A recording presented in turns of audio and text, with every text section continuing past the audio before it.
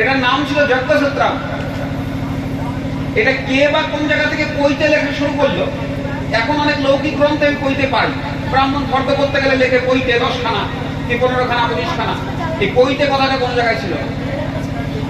তো ব্রাহ্মণের এই যজ্ঞসূত্রের মধ্যে 3টে গুণ আছে, 3টে গুণ, আর এক একটা গুণে 3 খানা করে সূত্র আছে, 3টি গুণ। প্রথম গুণটার নাম হচ্ছে রাজগুণ বা রাজদণ্ড।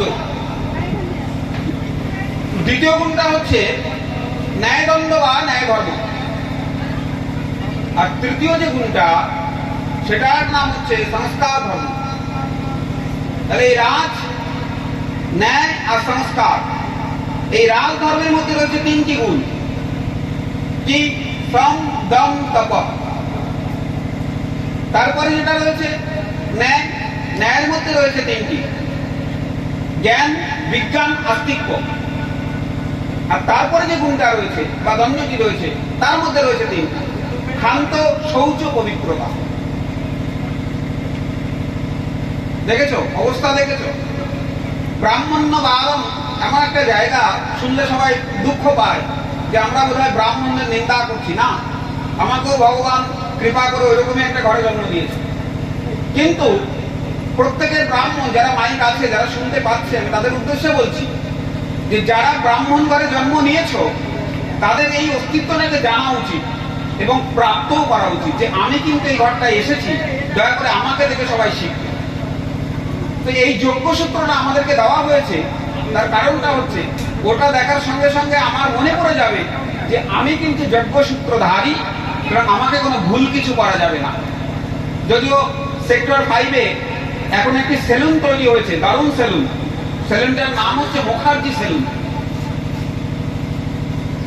যদি কারো ভাবনা চিন্তা থাকে যে ব্রাহ্মণত্বই হচ্ছে সর্বশ্রেষ্ঠত্ব, তাহলে পরে ওই জায়গাটা দেখে আসতে হবে। মুখার্জি সেলুন বড় বড় করে, আর ওখানকার যিনি মালিক তার নাম হচ্ছে সুব্রত মুখার্জি, সে হচ্ছে মালিক।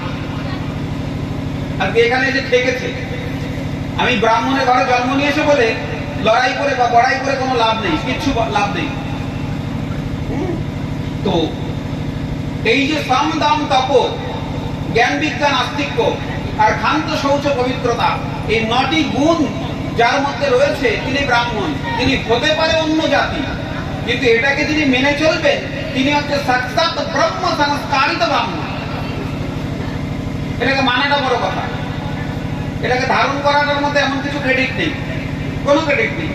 যদি কেউ ভাবে যে আপনি এমন কথা বলতে এসেছেন, সে আমার সামনে আসবে, আমি তাকে বুঝিয়ে দেবো। তার সঙ্গে আমার বিবাদ নেই, আমি কারোর নিন্দা করছি না, আমি সত্য বলছি।